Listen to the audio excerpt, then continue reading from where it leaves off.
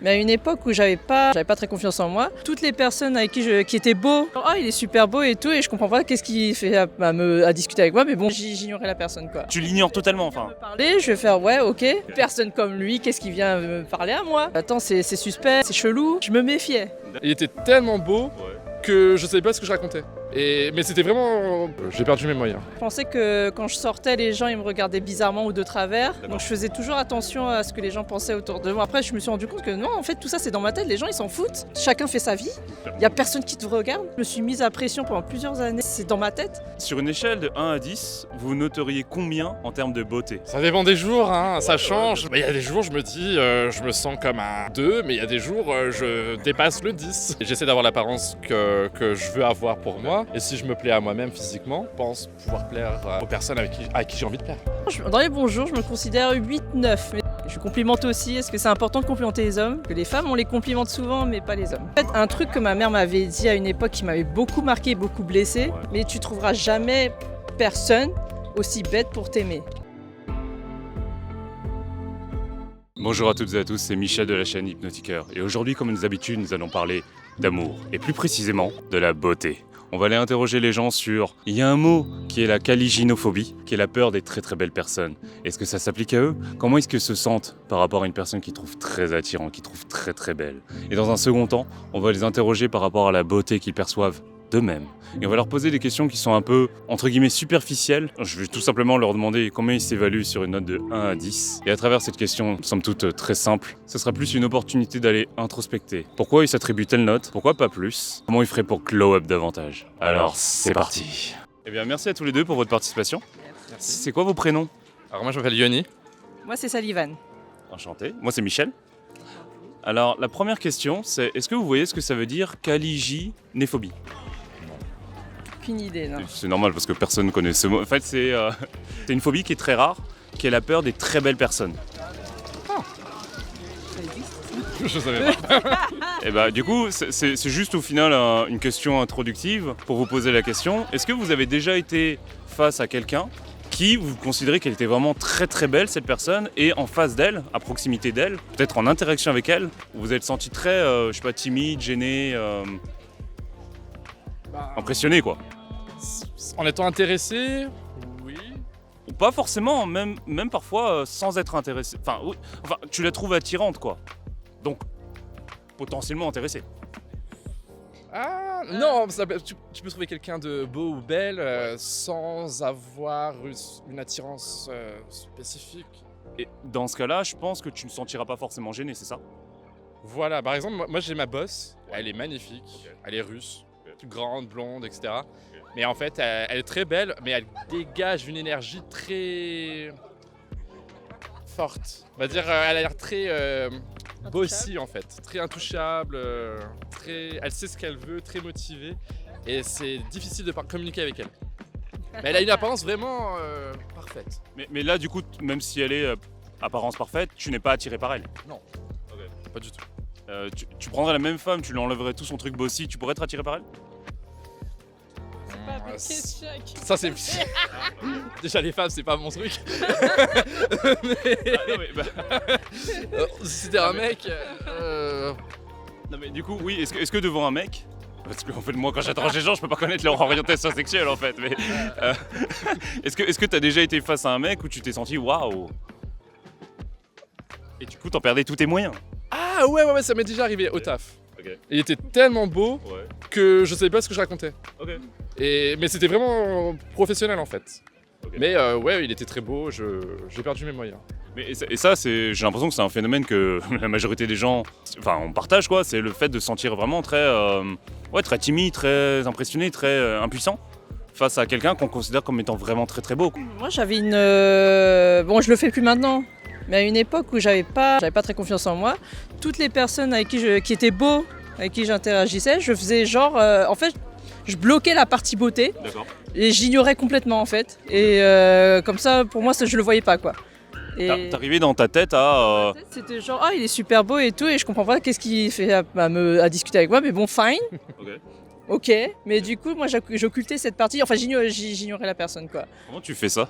C'est genre j'ignore, enfin je lui parle pas, enfin moi d'accord, ok, la tu personne l'ignores qui totalement, vient enfin. me parler, je vais faire ouais, ok. Et, genre, Les et gens, après tu te peut-être, casses. Je me pose la question, mais qu'est-ce qui vient me parler, tu vois? D'accord, Une ok. personne comme lui, qu'est-ce qui vient me parler à moi? D'accord. Et après j'ai arrêté de faire ça. Ça c'est vraiment un truc après je me suis rendu compte que mais non en fait pourquoi tu fais ça meuf? Le mec qui vient te parler ou une meuf tu vois peu importe. Oui. Donc fais pas genre la meuf qui ignore et qui va voir ailleurs quoi. T'as dit que c'était parce que t'avais pas trop confiance en toi à une certaine... À une certaine Cette période, époque, ok. ouais, à une époque j'étais vraiment pas confiante et des fois quand il y a des belles personnes qui me parlaient j'étais là en mode attends c'est suspect, enfin tu vois c'est chelou. Ok. Tu vois je me méfiais. Maintenant je le fais plus. Qu'est-ce qui a changé? Comment tu t'es fait cette prise de conscience? Il y a un jour tu t'es levé et tu t'es dit oh, j'en ai marre de... je sais pas. En fait à une époque j'étais tout le temps du coup tu vois j'avais pas confiance en moi donc je pensais que quand je sortais les gens ils me regardaient bizarrement ou de travers. D'accord. Donc je faisais toujours attention à ce que les gens pensaient autour de moi, enfin dans ma tête. D'accord. Mais en fait après je me suis rendu compte que non en fait tout ça c'est dans ma tête, les gens ils s'en foutent. Chacun fait sa vie, il y a personne qui te regarde. Et c'est à ce moment-là, je me suis dit, en fait, je me suis mise à pression pendant plusieurs années D'accord. à penser ça et à être stressée à propos de ça. Mais en fait, c'est dans ma tête. Est-ce que tu as une intuition sur comment tu as appris ça? Comment tu as appris ce fonctionnement-là initial que tous les gens t'observaient? On avait, entre guillemets, quelque chose à faire de toi. Et au final, tu as eu cette révélation plus tard que, en fait, non, enfin, les gens sont occupés dans leur train-train quotidien. Ils n'ont pas assez de temps pour s'occuper de moi, en fait. C'est un truc tout con, c'est en fait, j'étais tellement dans mes pensées, dans mes trucs, même moi, je faisais pas attention aux autres, en fait. Et je fais, mais attends, si moi, même je fais pas attention aux autres, les autres, ils font pas attention à moi. C'est con, en fait. Non, mais c'est, entre guillemets... Et en fait, c'est à partir de ce moment-là où tout a commencé à aller bien dans ma vie. Ok. Voilà. Eh ben, c'est parfait. C'est tout, en fait. Eh ben, c'est parfait. Et bon. J'ai une deuxième question qui est assez superficielle, mais à travers cette question-là, moi, ce qui m'intéresse, c'est de creuser davantage, si vous êtes OK. Sur une échelle de 1 à 10, vous noteriez combien en termes de beauté? Juste sur le physique. Vous-même, ouais, c'est ça, votre propre perception de vous-même. Ça dépend des jours, hein, ça change, mais... Du coup, ça va de combien à combien? Il y a des jours, je me dis, je me sens comme un 2, mais il y a des jours, je dépasse le 10. Ok. Je me sens bien, je sais que ce Ok. jour-là, je vais sortir, j'ai envie de rencontrer quelqu'un, je sais que je vais le faire. C'est quoi qui conditionne le fait que... Bon, après, voilà, tu peux passer de 2 à plus que 10. Je pense que ça, parfois, tu peux être à 5, à 8 ou à 10. C'est quoi qui conditionne ça? Je pense que, bon, déjà le mental, et prendre soin de soi. Genre, être bien habillé, d'être bien coiffé, et de se dire, voilà, je me regarde dans le miroir, j'aime ce que je vois. Et en général, quand je me regarde, j'aime ce que je vois, je fais du sport, etc. Et je suis plutôt content de ce que je vois devant le miroir. Après, j'essaie d'avoir l'apparence que je veux avoir pour moi. Ouais. Et si je me plais à moi-même physiquement, Ouais. eh bien, je pense pouvoir plaire aux personnes à qui j'ai envie de plaire. D'accord, ok. Et toi? Pareil, ça dépend des jours. Donc moi, je dirais 5 dans les mauvais jours. D'accord. Parce que j'ai quand même réussi à avoir un copain avec cette apparence-là. Non, mais le truc, c'est que j'ai ma mère qui me critique beaucoup. Bon, les mères asiatiques, hein, on connaît. Ouais. Voilà, et j'ai toujours eu... Et en fait, un truc que ma mère m'avait dit à une époque qui m'avait beaucoup marqué, beaucoup blessé. Ouais.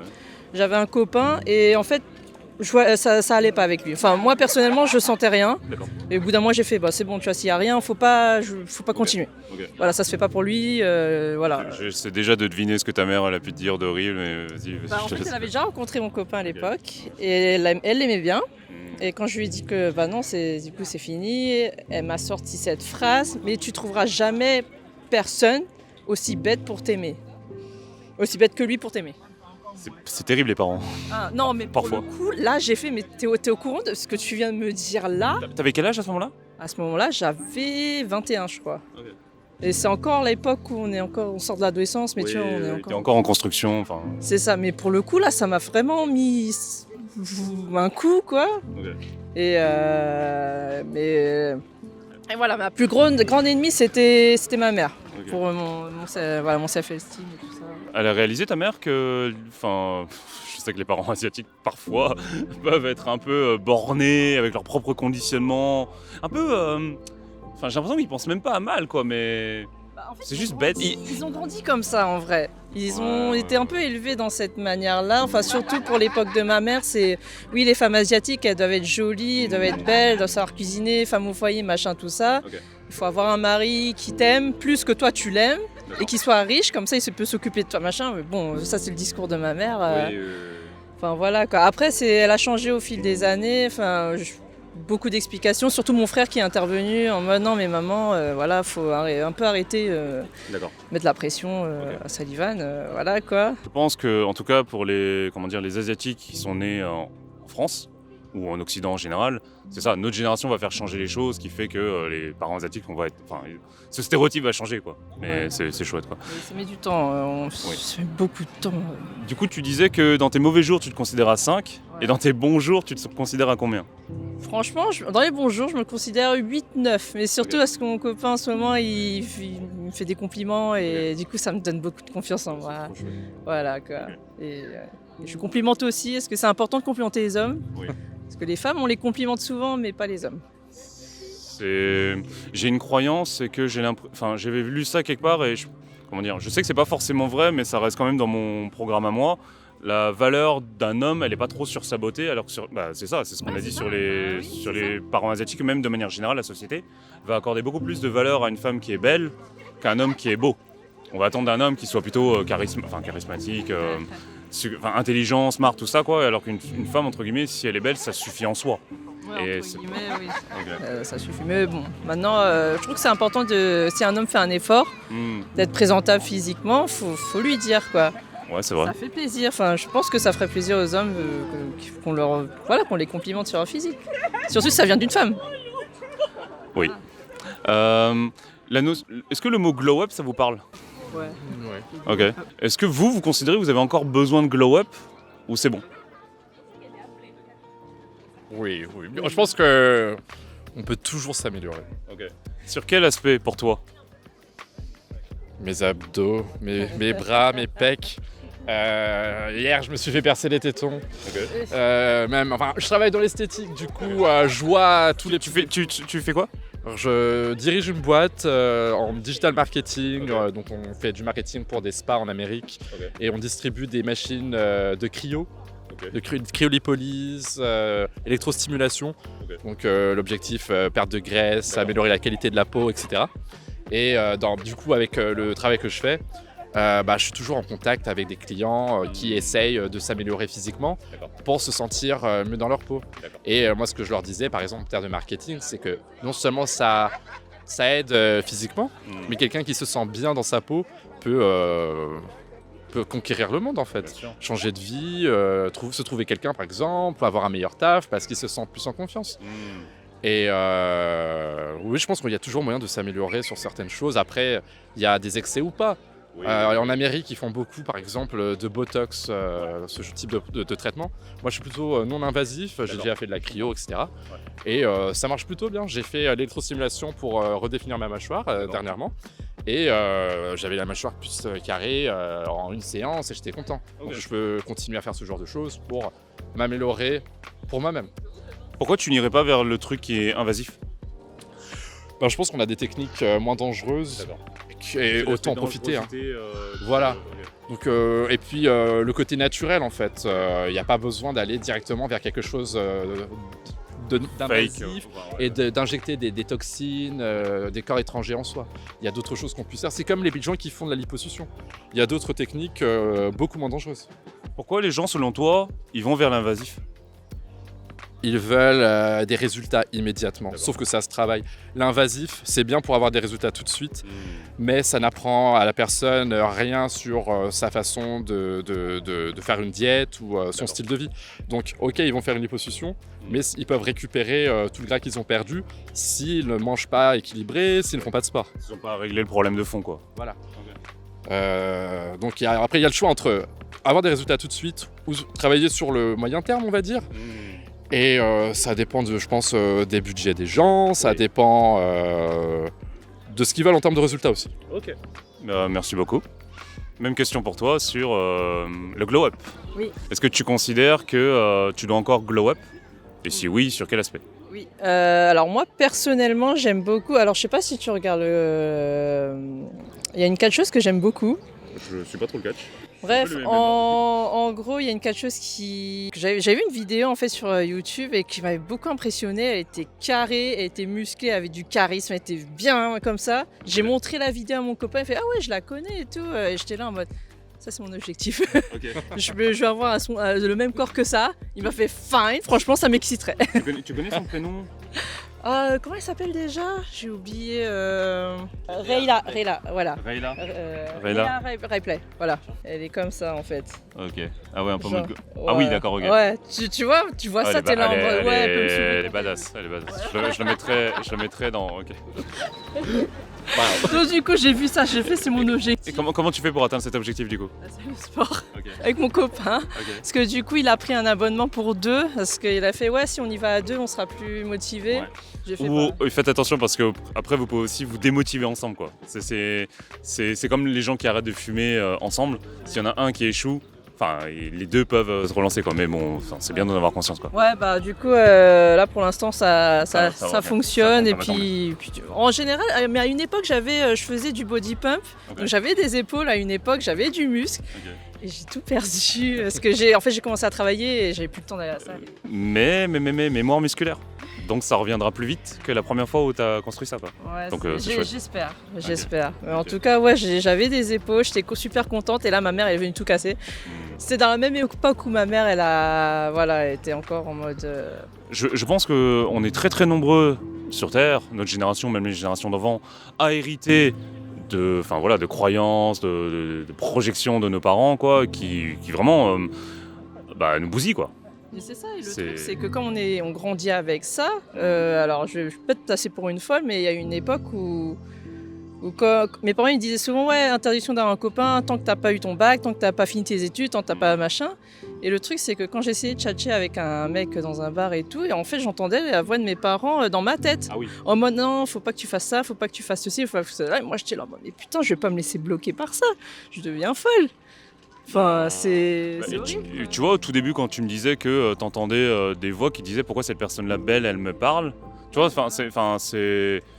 là, celle-ci, je sais pas si c'est du fait de tes parents à toi. Celle qui te disait ouais non, pourquoi un mec beau vient me parler, c'est bizarre. Mais quand t'entends cette petite voix dans ta tête, tu peux limite devenir fou en mode mais qu'est-ce qui se passe quoi. C'est ça, mais c'est vrai que j'ai mis du temps à bannir, on va dire, cette petite tête, et le fait de déménager, ça m'a beaucoup aidé. Parce que ouais, je suis restée quand même chez mes parents jusqu'à mes 30 ans. Ok. La santé mentale en a pris un coup, mais Mais maintenant tu es libre et je suis libre et c'est je ça suis qui est chouette. propriétaire. Ça vaut le coup. Voilà. Ça valait tous les problèmes mentaux du monde. Merci à tous les deux pour votre témoignage. Merci.